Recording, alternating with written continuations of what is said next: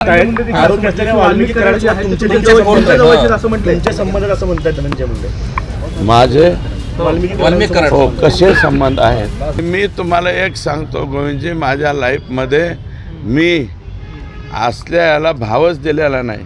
मी गोपीनाथरावांच्या हाताखाली काम केलं. त्यांनी मला सांगितलं होतं, सुरेश एका कानाने ऐकायचं आणि दुसऱ्या कानाने सोडून दे.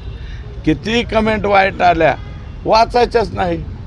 वाचल्यावर वाईट वाटतंय ना, कमेंटच वाचायचं नाही, काय फरक पडतो.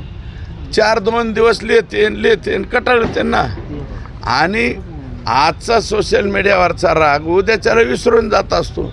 त्याच्यामुळं कोण काय वेडं वाकडं लिहितंय, कोण काय करतंय आणि ह्याच्यातून वाचलंय कोण. देशाच्या पंतप्रधानाला ट्रोल केलं जातंय, देशाच्या म्हणजे अमित भाईंना ट्रोल केलं जातं. आमच्या मुख्यमंत्र्यांना तर ट्रोल करण्यामध्ये सर्वाधिक जास्त नंबर त्याच बिचाऱ्याचा लागला. म्हणजे तिथं पहिल्यांदा याचे शुभारंभ जे आहे, आपल्या जिल्ह्यातले जे नेते आहेत त्यांचे जे मोठमोठ्याल्या काही मला माहिती आहे परदेशातून सुद्धा ऑपरेट होतात, काही पोस्ट कशा होतात ते बी मला माहिती आहे. त्याच्यामुळं परदेशातून करा देशातून करा करणं हे एवढंच मिशन आमच्या डोळ्यापुढे दिसतं. आरोप असल्याने वाल्मिकी कराडचे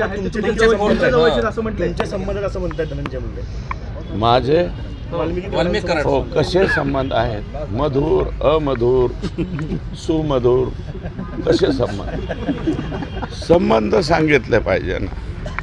मधुर संबंध सुमधुर संबंध ते तुलना स्वतःशी करतात. माझे जसे ऐका तसे संबंध तुमचे. 1 मिनिट ऐका. राजकारणामध्ये तुम्ही पण माझे मित्रच होते ना, परंतु मित्र म्हणून तुम्ही वागत असताना त्याची तारीख सांगाल, कागद आहे माझ्याजवळ, उद्याच्याला सांगेल ना लोकांच्या पुढं कोणत्या तारखेपासून तुमचे आणि माझे संबंध चांगले राहिले नाही ते मी सांगेल. आणि मी आत्ता कलेक्टर साहेबांकडे चाललो आहे बरं का. की 5 वर्ष हे आणि 5 वर्ष 2014च्या नंतर जेवढ्या DBDC झालेल्या आहेत यातला 70% निधी एका मतदारसंघाला गेलेला आहे.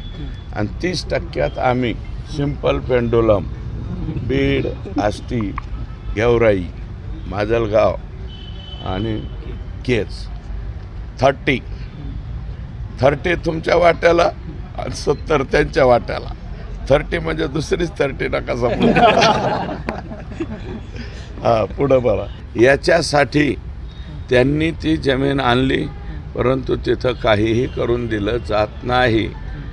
काय का तर आकांना त्याचा अध्यक्ष करा, अजून कोणाला तरी त्याचं सचिव करा, तरच तुम्हाला ये चॅरिटेबल ट्रस्ट चलाय देंगे, नाही तो हम गुलाट.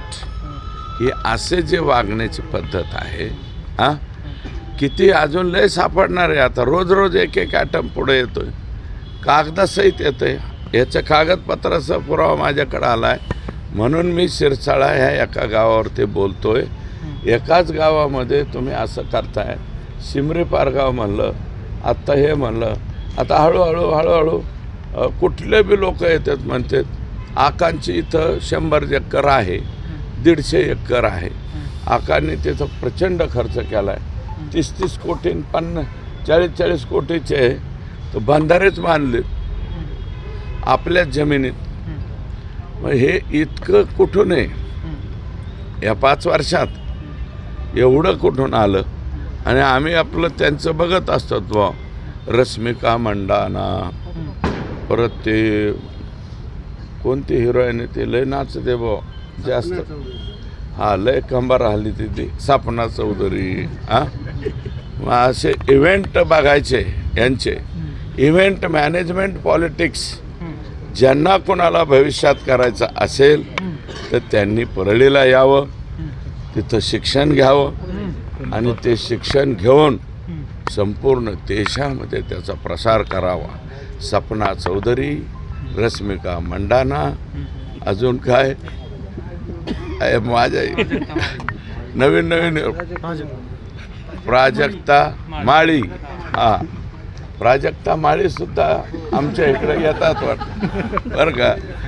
हे सगळं जर काही बघायचं असेल तर चित्रपट नवीन कोणाला काढायचा असेल तर अशा मोठ्या ज्या विभूती आहेत, विभूती म्हणतो मी, अशा मोठ्या विभूती त्यांच्या तारखा, त्यांच्या डेट्स कशा कशा पद्धतीने मिळतात, काय होतात. प्राजक्ता ताईसुद्धा आमच्या इथं येतात. त्या पण आलत्या का इथं? हां. तर याच्यासाठी जर अतिशय जवळचा पत्ता तुम्हाला सापडायचा असेल तर तो आमच्या परळी पॅटर्न जो आहे, परळीचा हाही एक पॅटर्न आहे. हे असं गायरान जमिनीवर पूर्ण ताब्या घ्यायचा, बगलबच्च्यांनी घ्यायचा, 300 विटभट्ट्या. आणि मी विनंती करणार आहे, हे वाळू माफिया जरा टरकलेत असं ऐकायला आलंय हाऊसमध्ये बोलल्यापासून. परंतु आता राख माफिया कधी टरकणार? राख माफियासुद्धा फार मोठ्या प्रमाणात परळीत आहेत. एका गाडीला कोणाचा तरी टोल, आपण रस्त्याने जाताना टोल भरतो ना, जिजिया कर, हां, प्रत्येक राखेच्या गाडीच्या मागं कुणाचा तरी पूर्वी जिजिया कर ऐकला, कोणते कर ऐकले आपण, सर्व कर ऐकले, आता टोलचा हा ऐकला. तर जी राखेची गाडी तिथून निघेल त्या प्रत्येक राखेच्या गाडीवरती XYZ कुणाचा तरी टोल होता. आणि तो टोल देता सुद्धा बेजारी लोकांची झालेली आहे आत्ताही. तेव्हा कलेक्टर आता उद्या परवा जॉईन होत आहेत. कलेक्टरांना मी सांगणार आहे की ते तिथलं राखेचे जे काय गोडगंबाल आहे ते बंद करा. हे कोणीतरी दररोज कोट्यवधी रुपयामध्ये त्याची उलाढाल होईल असे ते व्यवसाय आहेत.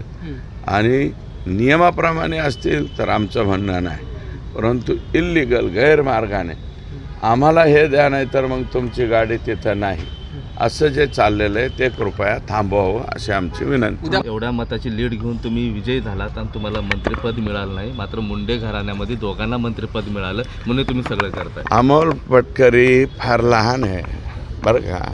माझी त्याला एकदा विनंती, अमोल तू कोणाच्या बी नादी लाग, या रगेलच्या नादी लागू नको, तुला लय महागात पडन.